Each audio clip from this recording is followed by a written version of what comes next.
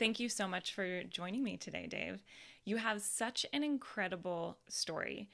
Now, you grew up in a family of bakers. Your parents ran a bakery in Southeast Portland, making organic bread before it was really a thing.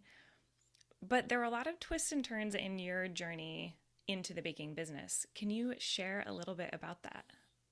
That's a long story, but between early baking days, growing up in my family, going to private Seventh day Adventist schools, which didn't really agree with me that much, doing all that, and then basically falling into the drug trap because I was depressed and miserable and didn't like myself much, and putting a needle in my arm made me feel a lot better, and that worked until I went to prison for the first time. It was burglary, uh, and then I went to prison again after that for armed robbery, and then another robbery, another sentence for robbery, and then the last one was for delivery and assault.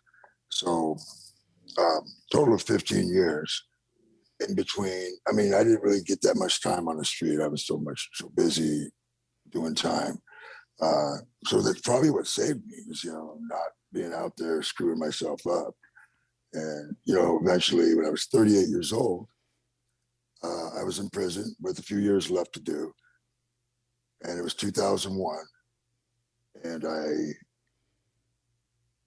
asked for help. I was basically suicidal. I was suicidal, but I couldn't pull the trigger. Not that there was a trigger to pull, but I just couldn't quite do it. I finally put in a kite to social services. A kite is an inmate communication form, and it was the best thing I ever did. It was like in 12 steps they say you admit you're powerless, and that's kind of what I did. And I ended up getting some medication that really helped me. Uh, it was like profound the way it helped me because then I went to school. I got a chance to go to, you know, uh, vocational tech program called computer aided drafting. And at first I couldn't even turn on the computer. I was a little bit, stressed about that. But I looked around, everybody was ahead of me.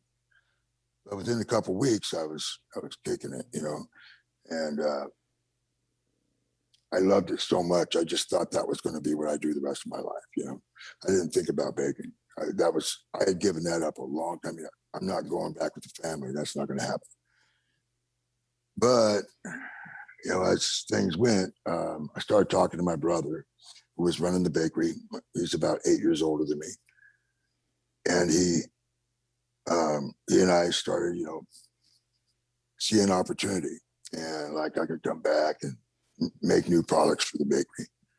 And because as a drafter, what you do is you learn how to make other things. You draw up other things that already exist, and then a real good drafter creates new things from that.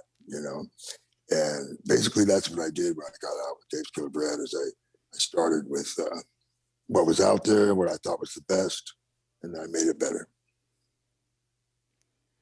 That's incredible. Now, you Pretty cool.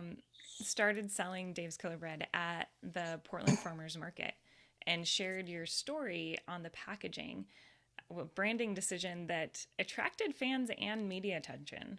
Were you surprised by the response that you got? Well, certainly. I mean, I don't think anybody could expect that kind of response. But I, I did believe in the bread, and I also thought that my story was worth telling. And I also knew that if we're going to call the bread Dave's bread, people are going to want to know who Dave is. So, and from the beginning, I just told it like it is, and people loved it. And I got lots of media attention, a little bit here, a little bit there, and then all of a sudden it was every day I was getting attacked. I loved it. It's great. You know, My family didn't like it that much because they were, like, why did you get all the attention? So he's been in prison all these years. We've been out here working our butts up. But I think the attention that Dave's Killer Bread received goes to show how,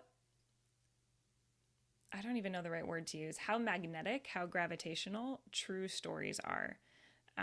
When someone is willing to share not just the good of their story, but the whole bag of their story and be open about it.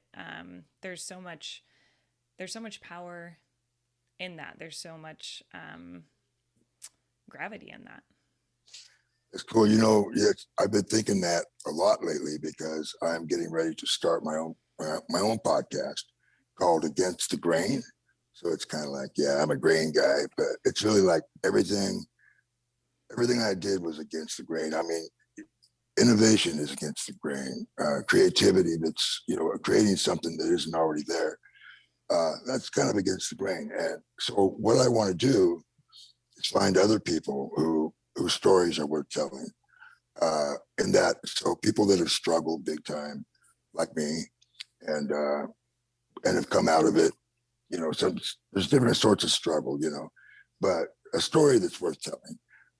You know, but like you said, story, that story is no good unless you're going to tell the truth. Tell it like it is. Get down and bare your soul, if you will. I've always been willing to tell it. So that's the kind of people I'm looking for. I I look also forward to haven't. listening to that.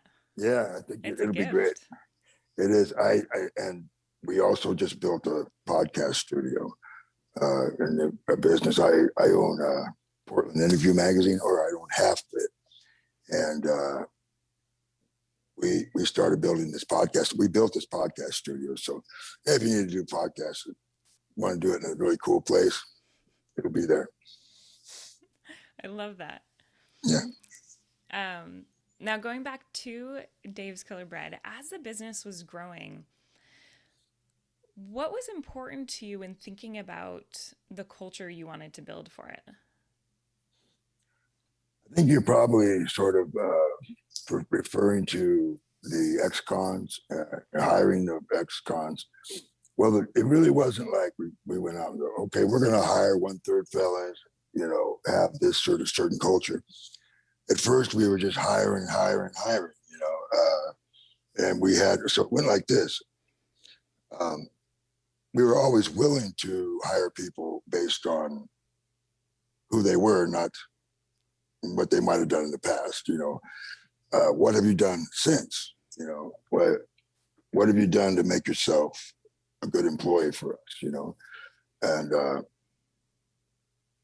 people should have a good answer for that. So the thing is, we were hiring so fast at one point. One year we hired probably 75 people, and 50 people within 6 months. And that's crazy, for a little company with no HR department or nothing. Eventually we had to get an HR department. But, I remember the temp agency we were hiring through, they started sending all their ex-cons to us because we were willing to hire them. But that's all we were getting was ex-cons, and it's not a good business model, in my opinion. I happen to be an ex-felon who could kick some butt, right? And so were a lot of others. But, we want to kind of mix it up. And so anyway, the culture was great. The thing is, we didn't expect the public reaction to it that we got. We weren't doing it for marketing purposes. Everything with Dave's Killer Bread, at least up to a certain point, was all from the heart. Work, work, work, work, work, because you love it. It was great. I think you touched on a really important thing, which was you're hiring people because of what they could do and bring to the business, not based on where they had been, which I think is a really important filter that a lot of companies don't consider. And B, that you also didn't want all of your employees from any one background, if, Right. even if it was through the ex felon second chance employer program. There's so much power in diversity within a workforce. I agree. And that's just another layer of diversity that can be added that also has the benefit of really impacting people's lives and the communities that they operate in. Yeah, the key is not to hire criminals, but to hire people who may have been criminals. Uh, Hiring, if you make mistakes and hire the wrong people, that's just you're going to pay for it. So it makes a lot of sense to do your homework on a person. Even each individual person, you should know a little bit about them and their character. Uh, the character side is obviously very important. Uh, what was your first question? Your first point? Did you made 2 points? What was the first one? Because I wanted to comment on that. Um, so the first one was about hiring people based on what they can bring to your company, not necessarily based on where they have been or what their past is, but where they currently are. And Yeah, then the second yeah. point, the On the importance of point, diversity. right? And the point I wanted to make about that, or add to that, you kind of touched on it. Other employers, a lot of employers don't understand the value to them. That you know, the thing that an ex-felon or someone else who may have had challenges and now needs a second chance, that person can be just an unbelievable asset to your company because they're trying hard. They really want to make something happen, and they're like sometimes making up for lost time. That's a great point. And I touches on another question I wanted to ask, which was with the second chance employer program that Dave's Killer Bread started doing, how did that influence just generally, I guess, the culture at the company? Well, I think that we all felt. I think there was a lot of sort of camaraderie and sort of a pride uh, in that we were doing things. We felt it, and we got a lot of love from the community. But the folks in the bakery that worked there, not to say it was anywhere near perfect, but there was a lot of people were really appreciative, and there was a culture of just sort of feel good. I thought it was beautiful. I mean, when I was still working in the bakery, I would walk the floor, and it would just be this great love fest. Not stupid, but just kind of yeah, yeah. This is cool. I love that. Everybody, everybody was having a good time. I think. Dave's Killer Bread really is a brand that has grown a loyal cult following. And it's not just because it's a great product, but it's largely because of your story that you shared that's intertwined so intertwined with the company Yeah, and the way that people see their own, I guess, comeback narratives through that story as well. yeah. Second chances. I mean, everybody needs one now and then, right? Mm-hmm. I think Absolutely. they look at mine and they go, "Wow, if he can do that, then if he can do that, then what's stopping me?" That's I think I like to give people hope. I like to inspire. I love that. I was looking on the Facebook page for the brand, and there's over 1 million followers and really loyal fans that love the product because they want to support a company that gives second chances to other people. Yeah, And there's comments like this one where a couple said, "We tell perfect strangers about it in the bread aisle at our Safeway, and they always take our word for it and buy it." Now, this type of loyalty and word of mouth is a company's dream, right? That's yeah, what a company wants to generate. And you were able to create that because you graciously shared your story, both the good and the bad. yeah. It was interesting in the first couple of years that when I was thinking, well, how should I do this? I've told my story. I put this little thing on the caption on the back, which isn't there anymore, but it was there. Started with, I was a 4-time loser, realized until I realized I was in the wrong game. And then I told my little story about how things turned around for me. And that just kind of got things going. And I would go to the farmer's market. I would pass, I mean, it started getting crazy, the crowds. It was fantastic. And I would be, I needed help, but I would be handing the loaves over to people with a smile on my face, and they'd be handing me the $4 or whatever. And we would just have these conversations. I mean, sometimes it'd be like 30 or 40 people all talking, and they were all excited, and it was from all walks of life. And it just caught on. And I think the challenge is to realize what your story is, and what the power, where the power of your story is. But if to tell it like it is and make it, like we said before, really let it go, really tell it like it is. But obviously if it's boring, that's not going to work. You got to figure out how to tell it right. I think that's a good point. And what makes a story not boring is by sharing both the ups and the downs, right? Yeah. Otherwise, it has no dimension to it for people to gravitate towards. Yeah, not everybody's story is marketing friendly.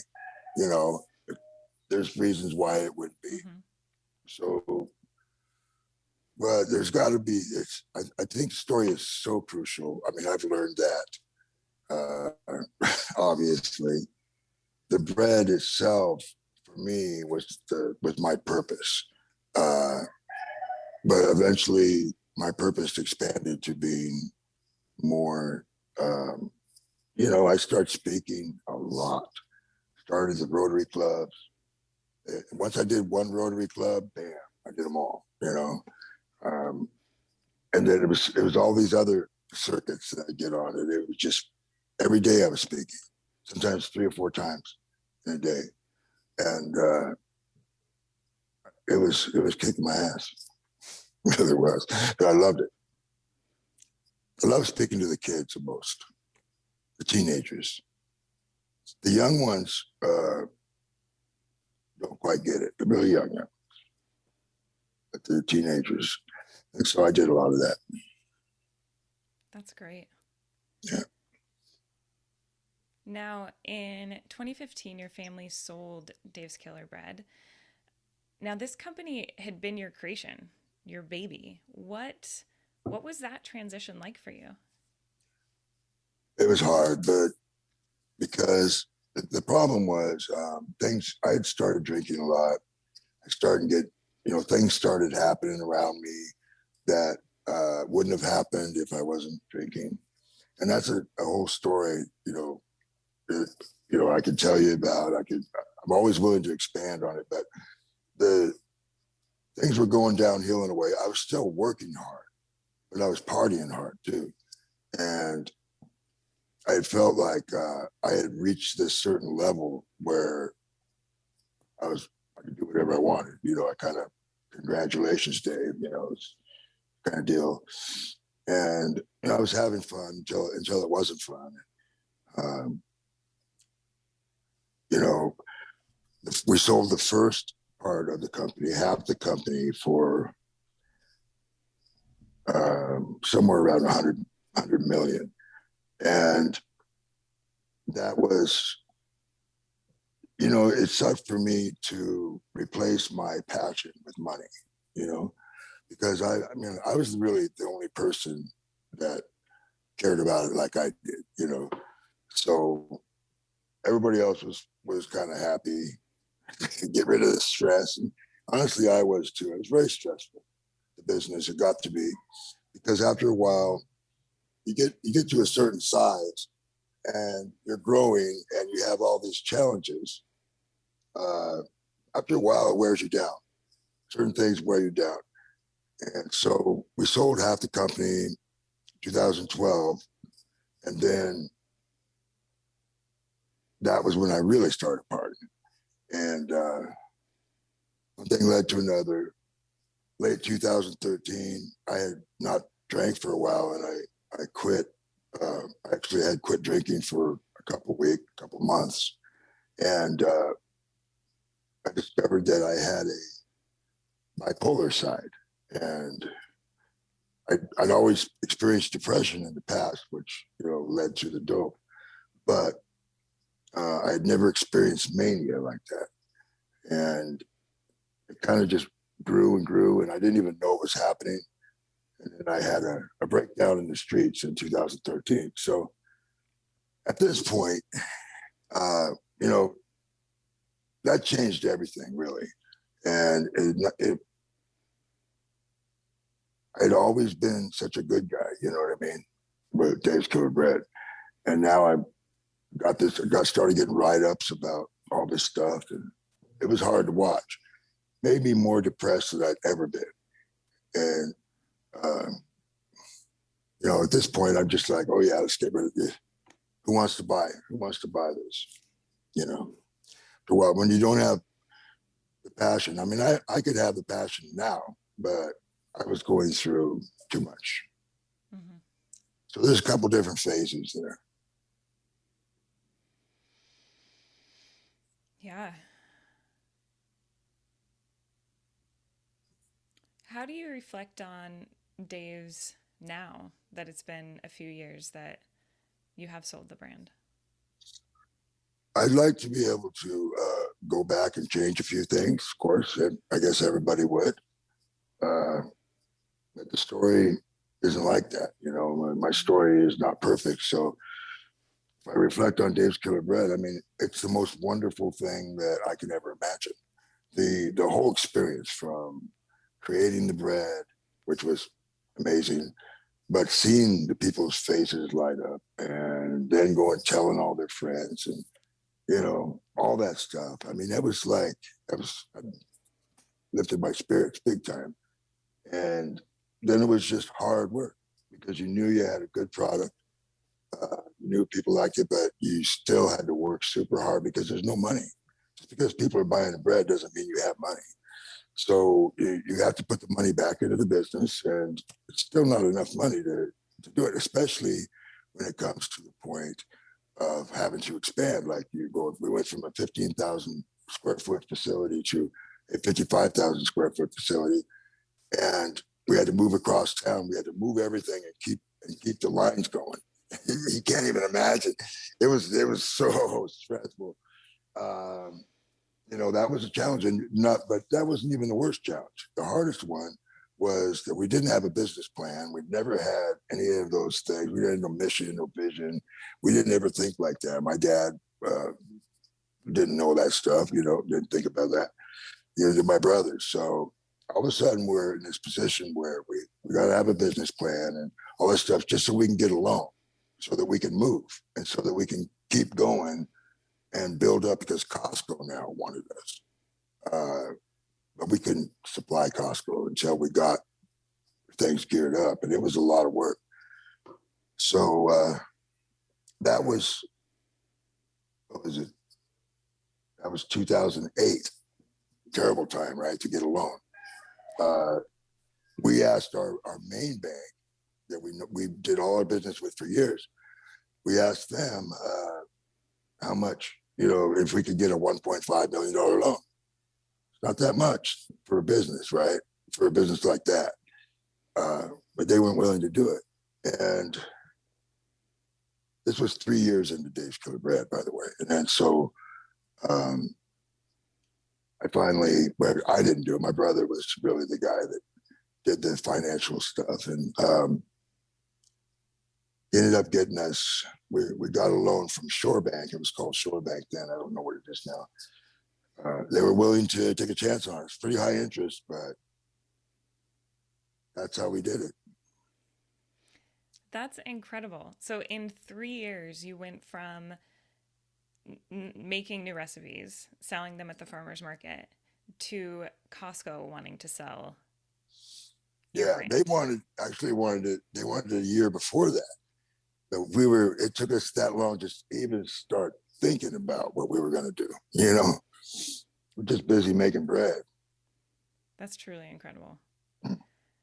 And I think, again, just goes back to the magic in A, having a great product, like the bread is incredible, but B, having that story that has people want to share it as well and talk about it and connect through it to other people. Yeah, and really, this you said it earlier. You touched on it earlier. People want to see themselves in their. They see themselves and aspects of themselves in your story, and it's like the hero's journey, right? You Mm-hmm. know, ups and downs, and maybe and bottoms. Like bottoms where you think it's over, and then wow, you know, you figure it out, get some help, maybe. Um, you become humble and courageous, and those things are gifts, like you say. Absolutely. It's like the mythology of the phoenix rising from the ashes. Yeah, That's um, that's such a part of it. Yeah, beautiful story. And one of the lasting legacies of your stewardship of Dave's Killer Bread is that the company remains a second chance employer. It's something I think to be really proud of because this is something that any company can choose to do, and it has such a huge impact on the individuals' lives, giving them a second chance, and on the communities those individuals are in. There's a ripple effect. yeah. I'm very. Um, I am proud of that, and but I have to say that it just came from the heart, and that's all that it should be. Like you should have a heart for that. Mm-hmm. But for me, because I personally experienced it, it was just like the natural, obvious thing to do. I love that. Now, as you, I guess, think about the future, what advice would you give to other business leaders? Um,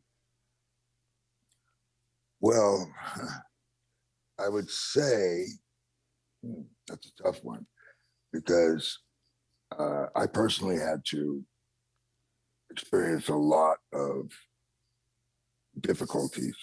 In my, I was in a family business, and we didn't get along, but we were kind of all in the same boat, so we had to figure it out, right? So for me, humility, and we were talking about the courage to deal with the struggles that come. Um, but I don't believe it's like you're talking about business leaders, or you're talking about people starting a business. Uh, I would say starting a business is very something you really got to be prepared for. You got to really be prepared for it, and you can't expect somebody else to do the work for you. It's going to be hard work. And once you get into the business, I'm really more of a marketer than a businessman. You know what I mean? So I I have to do whatever business I have to do, but I'm really more about the product. The product's got to be exceptional, and I also would tell people that if they wanted to, they should follow Dave's Killer Bread in the sense that people, disadvantaged people coming from bad backgrounds, if you pick the right ones, they're going to just kick your ass. They're going to just be really great for your business. I love that. Now, in 2020, so last year, I saw you also invested in a company called Nucleus. Am I saying that right? Yeah, yeah, nucleus. Um, yeah, I put significant amount of money into that. And what it is really a platform to help, make it easier to get. It really actually comes in handy now too with COVID, but it makes it easier to get whatever curriculum the institution and so forth decides to get into to teach the inmates. because I mean it's just a new platform for that, and so that's always a challenge in the prisons, or at least the ones I was at. It's very hit and miss on what you could study or get involved in. A lot of times there was no money for it, and other times they just squandered it. I think but this kind of nucleus just makes it more makes it easier to get for them to bring in curriculum. So I think it's software, but it's constantly evolving. And the guy who Noah, I haven't talked to him for a while, but Noah, I have to give him some more money soon. So I guess I better remember his name.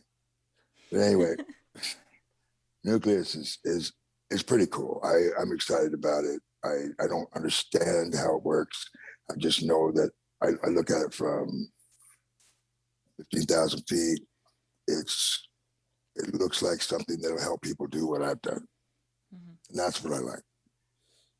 I think that's beautiful, especially going back to part of your story that you mentioned earlier and how impactful the drafting class was that you took during your last stint in prison, and just the way it opened your mind to a different way of innovating and creating that you then took into the bread business with you. Yeah, and I think let me plug nucleus.com in case anybody wants to look at that or invest in it, because but yeah, I mean for me I don't know, I mean maybe it'd have been something else if it hadn't been drafting, right? Because I was in a different place mentally. I was no longer going down finding these negative pathways to go down, and then falling into these traps mentally. And that was the medication. It was probably partly the medication, probably partly the humility that it took to put the kite in there. It just kind of released me. So anyway, my mind was right. So maybe something else would happen. But the drafting program was beautiful, and it certainly could have been almost anything else. I'm glad it was drafting though, because I think it really helped me become a better baker, creator. That's incredible. Yeah. Now running towards the end of the interview, and I want to ask, is there anything that we didn't cover that you want to share? Well, I never really talk about my kids. They're grown up. It's time for me to talk about them. I got 2 girls, 2 daughters. One lives in Sweden, and I have 3 granddaughters, no boys.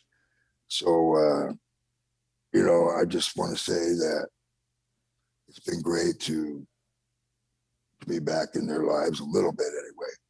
And my daughter worked for me in a few different places. So that's been cool.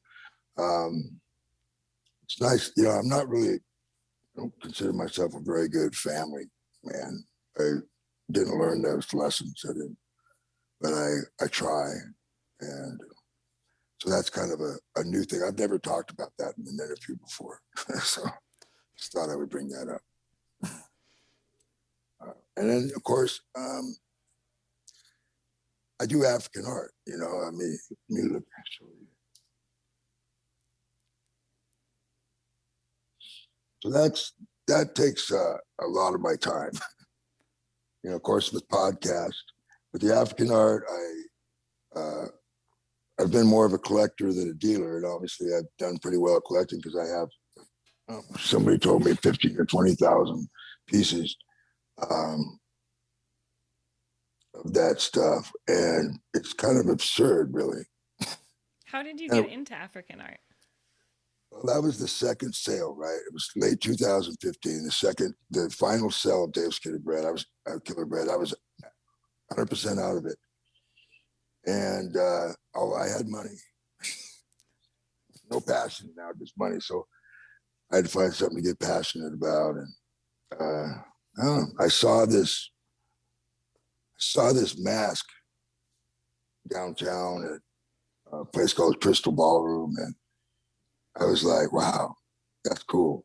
And I just wanted to get one of those. That was all I wanted, you know.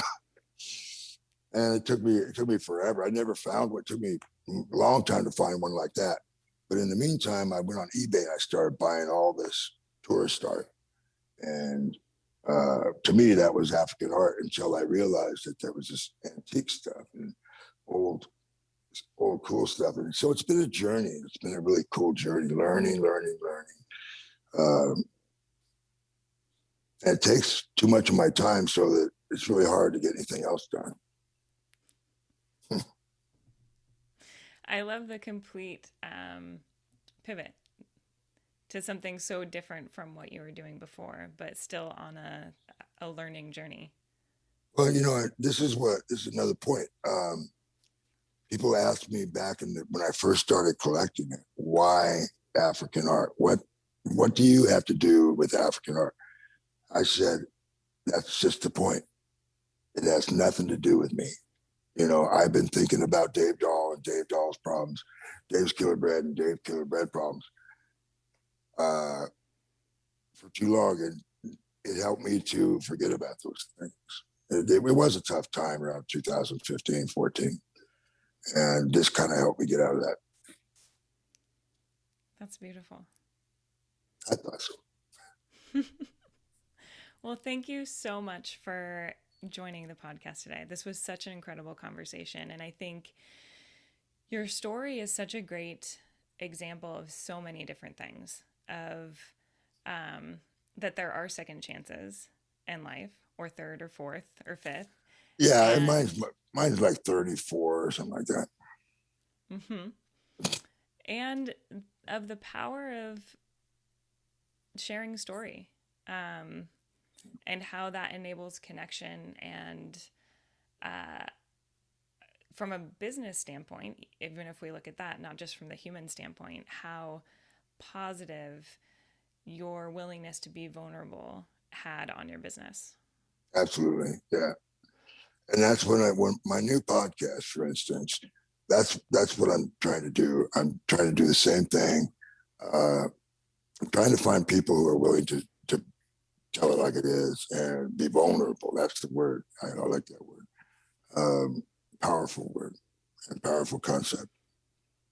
So, where can people find your podcast or follow you, stay in touch with what you're doing?